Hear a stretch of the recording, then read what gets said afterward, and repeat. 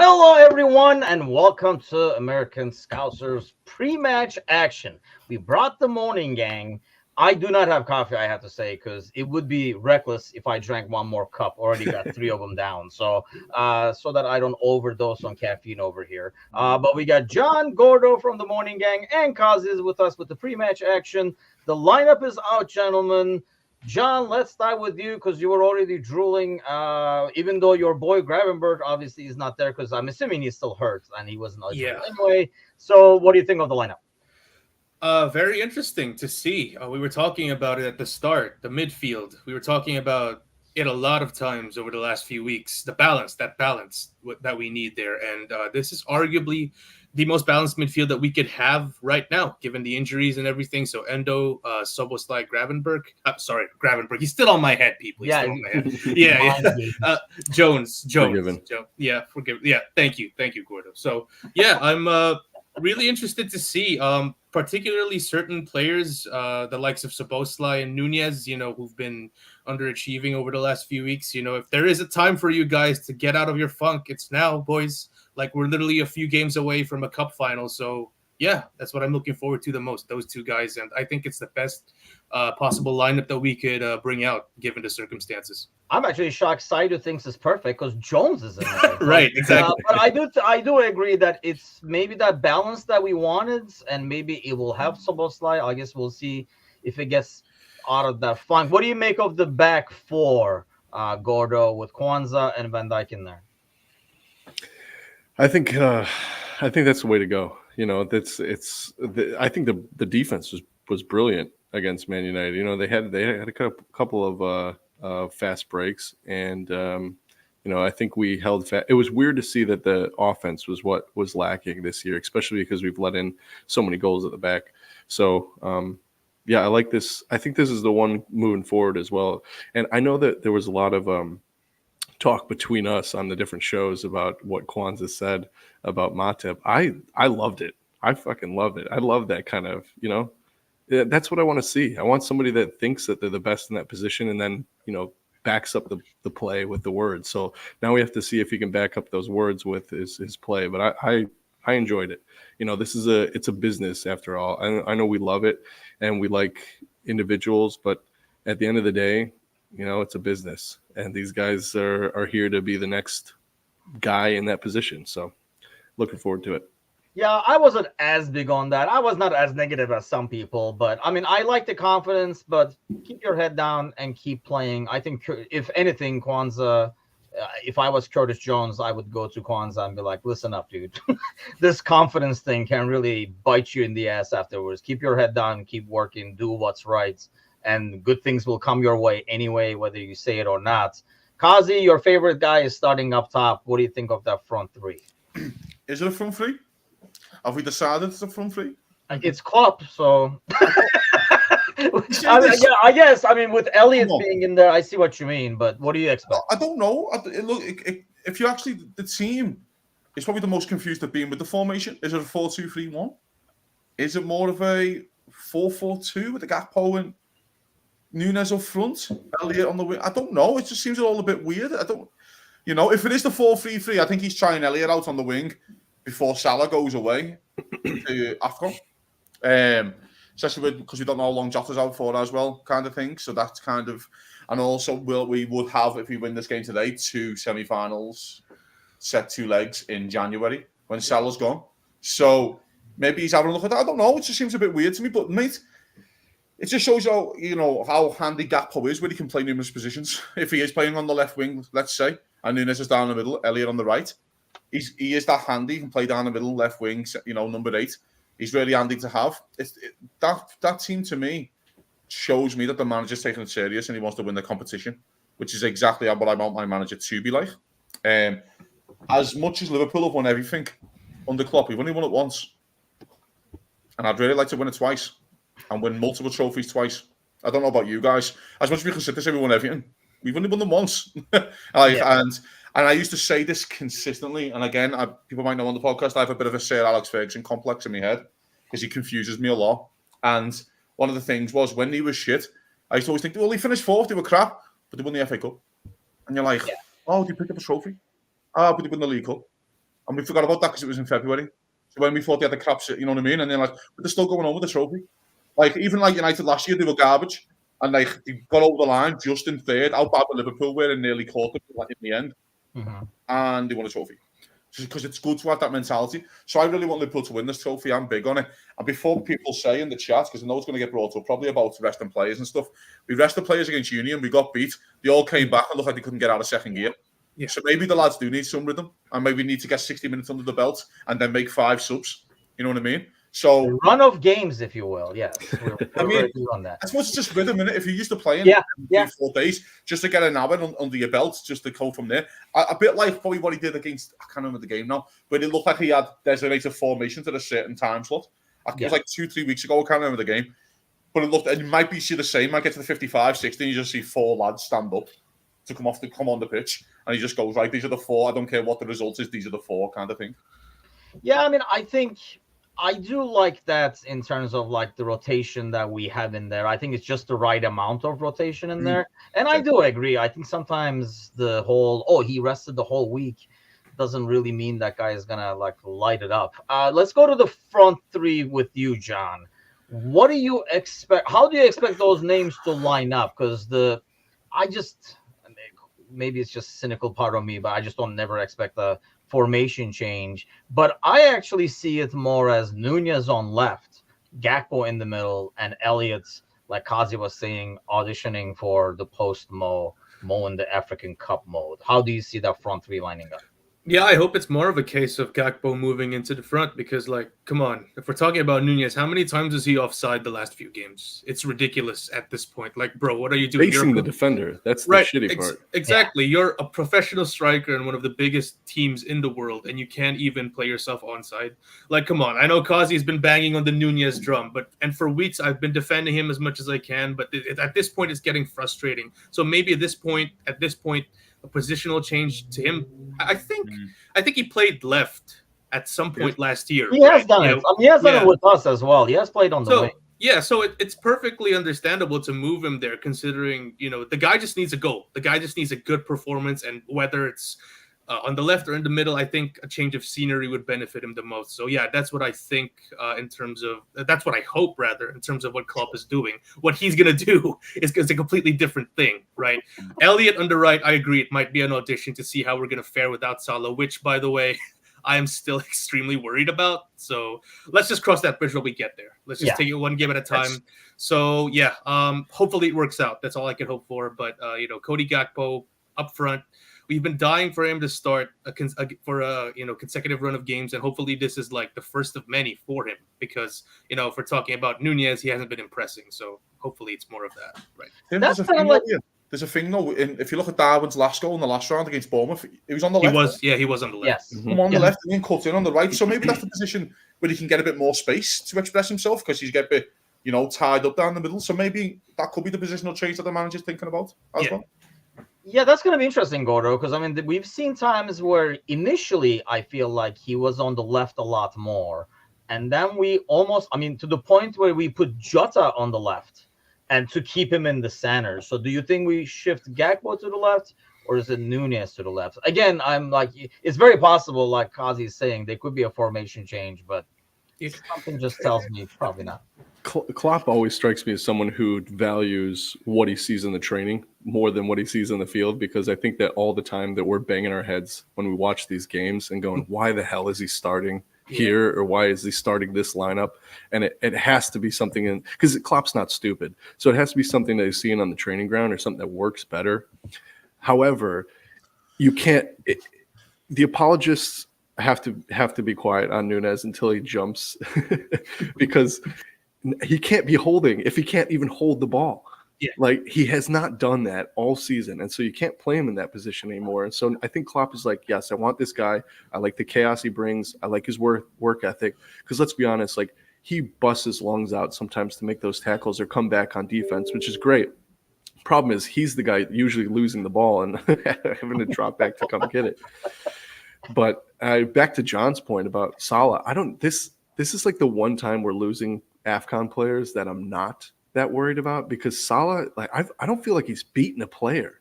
I don't think he's beaten a defender in like 4 or 5 games. I don't know. He just looks like he's making the wrong choices in terms of whether to shoot or whether to pass for several games in a row. And when he goes to Egypt, he is God there. You know, he is the Pharaoh reincarnated.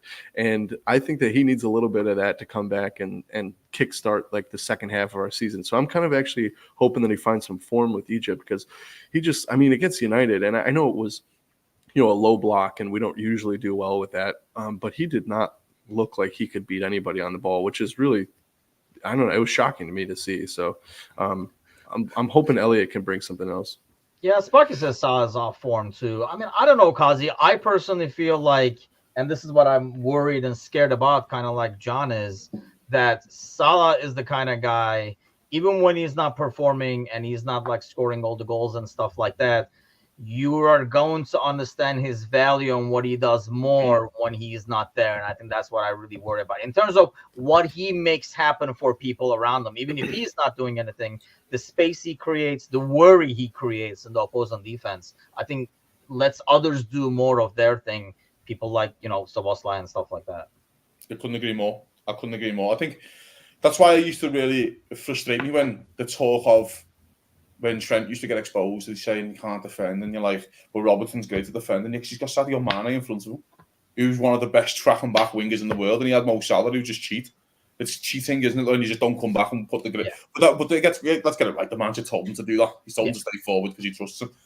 The thing of Salah being out of form, yeah, he's not. He didn't play well against United, and he hasn't played well. But if you look back a couple of weeks ago against Sheffield United, Palace, he goes off with a goal and an assist, and we all sit there and go, oh yeah. Because that's what he does, because he's Mo Salah. So as much as he might not be in the game, he's always a threat, which is the big part. The worry part of not going to AFCON, I am extremely worried because it is sandwiched in between these two club semi-finals. If I had Roberto Firmino on the bench like last time we went, when we were going for all four, I'd feel a lot more comfortable. Yeah. But right now, our strikers are not what they thought they were. I think we also forget that summer when we were going for all four, that winter we signed Diaz that winter, and he came in and he was the best thing since sliced bread before he got his injury. So that's where John's trepidation probably does, you know what I mean, come in kind of thing. But again, coming back to this team, I've looked at, if you actually look at the West Ham team, I've been told by a couple of people in Liverpool today, it is the windiest day in the world. And he hasn't started James Ward-Prowse. Which, to me, that I would, even if I was on the coach down there, I would have told the other lad, yeah, have you seen this weather, pal? Ward-Prowse, put the ball on Kelleher. We're having this. Do you know what I mean? I think we can probably all agree as well. I don't know about you guys, but the best player to come to Anfield this year is Lewis Paqueta by a mile. I thought he was the best player on the pitch when we played them by a mile. And he's not starting. So it's a really weird lineup that he's picked. It looks like he's a little bit worried as well. He's kind of rested players, but he's kind of rested the two players I wouldn't have thought you'd rest in a quarter final. I thought they would be the two that you start. When you actually look at the Liverpool team and the players we've rested, there's an argument that they're all kind of out of form or all need a break. Diaz is out of form. Kanate's out of form. Yes, probably needs to run the games. You know what I mean? Salah, he'll argue, out of form. Arnold, anytime you can get a rest in, Alexander Arnold's always good because he plays most games. So anytime you can, so the players that we've rested feels like they're good people to rest. But the ones that they've rested, I feel like, I don't know. Like, again, Paqueta and Ward-Prowse seem like dead certs to me in this game. But it's really interesting to see what happens now. Yeah, I'm kind of shocked that they came out with that lineup, to be honest with you, because I figured, you know, they can afford to roll the dice on the weekends with the rotation more than we can. I mean, with the matchup we have, where we are in the league and stuff like that, whereas they could say, hey, I mean, you see who's left in the cups, and you're like, hey, we're all in because we can easily win, you know, we can win this trophy. And then whatever happens on the weekend happens. That's, you know, we can make up those points if need be. It's not like they're on the bottom of the table or anything like that. So that is actually shocking. And it is, I guess, good for us in many ways. Going back to Elliott, then, what do you expect to see, though? Like, what is your prediction, John, in terms of how well do you think he will do? Obviously, he does not have the top speed. Right. But I almost feel like he will interact better with Szoboszlai over there. A lot less making things up on the spot. More of like working within the system and picking up the right options is what I feel Elliott is going to be doing. I guess in a way, sort of smarter play. With United, we were kind of forcing things a bit. Like obviously the crowd played a lot into that. We were expecting an easy victory, you know, as foolishly as that sounds, right? So a lot of our attackers, the midfield, the offense. They started taking pot shots, or they started forcing things that were that aren't there. So I feel like more composition from Elliott. Although this seems like the kind of game where you need one or two moments from a top player. So like maybe a Szoboszlai, maybe a Salah, maybe a Diaz, or dare I say even a Darwin, right? To pull a rabbit out of his hat and get us the result. I don't know. Like I feel like steadiness is good, right? But with these one-off games in the cups, it's usually a moment of magic or two. So I wouldn't be surprised if Klopp decides to hook Elliott off, even if we're like drawing at 0-0 or 1-1, really early for a Salah for us to win this game. Honestly. Yeah, I mean, here's another thing, by the way. We keep talking about Mo, and probably 2 months ago when we were talking about players we will lose in January, nobody even cared that Endo was actually going to be leaving too. And everybody was like, Mo, Mo, Mo. We never talked about Endo. And now it's like, this could be even worse, because, I mean, is that mainly due to Gordo, like that? We're seeing more and more of him, and you're like, yes, he's capable of doing some things, or is it just because there's nobody else at this point either with all the injuries we have? We really need this dude. I mean, it's almost like, do we rest Endo, which we thought we would never say, for the weekend, and that rotation that, Kazi is talking about, people coming in all at the same time to get some people rest?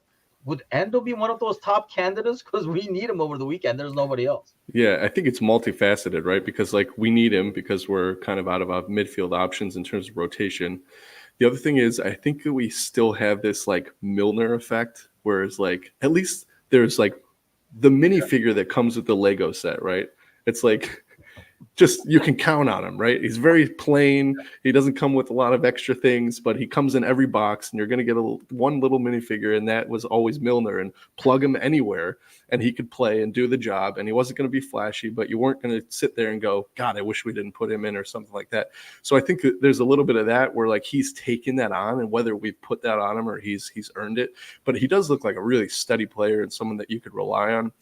And in a situation where you've got multiple cup runs going on, you've got a bunch of players leaving, you've got injuries, somebody that you can kind of just hang your anxiety on. And I think Endo right now is that guy. I recently had somebody ask me if he was African, and that's why he was leaving.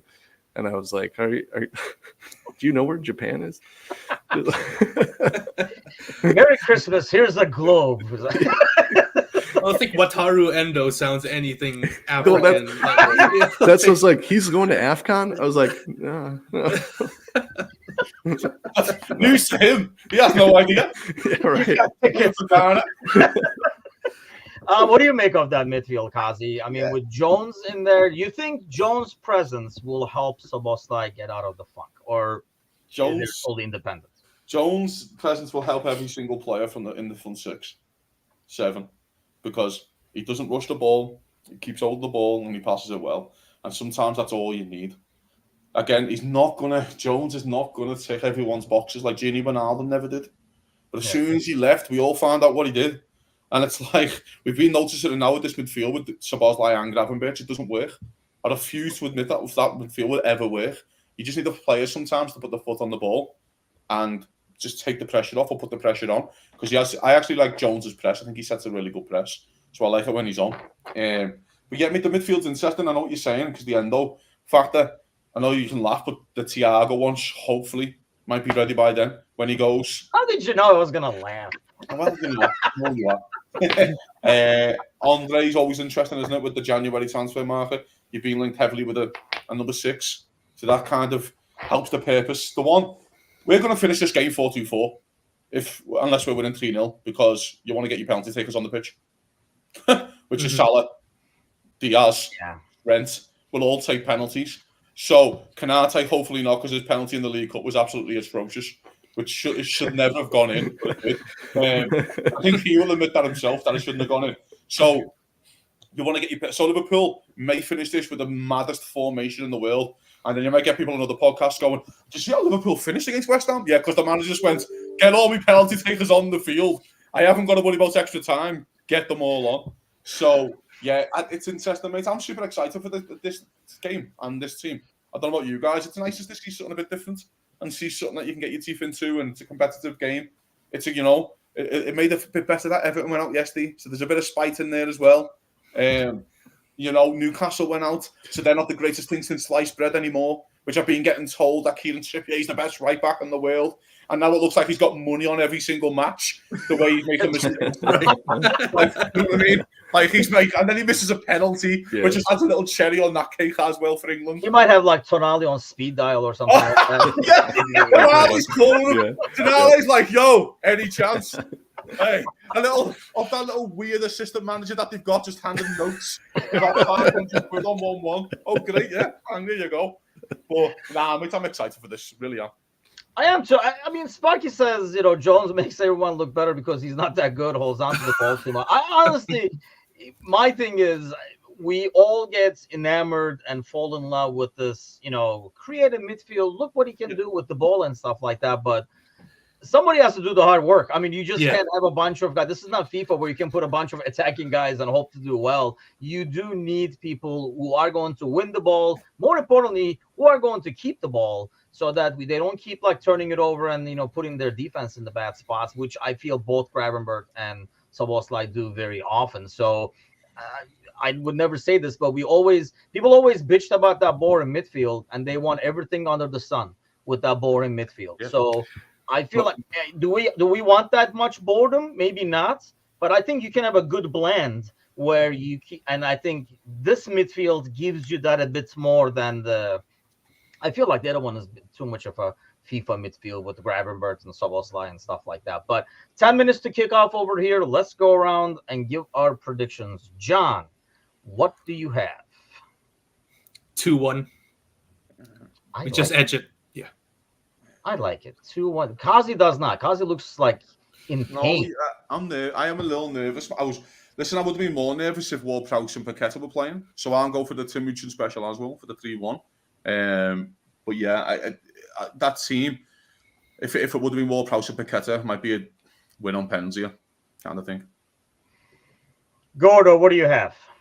I think 3-1 as well, but it's going to be like a couple late goals. It'll be 1-1 for most of the game, and it will be wide open. And then we'll bring on Salah, and he'll make something happen. We'll score 2 late goals, and it'll look like we had that game in the back pocket for people who didn't watch. But for us, it's going to be a nightmare. I will say, however, Gomez has been knocking on the door.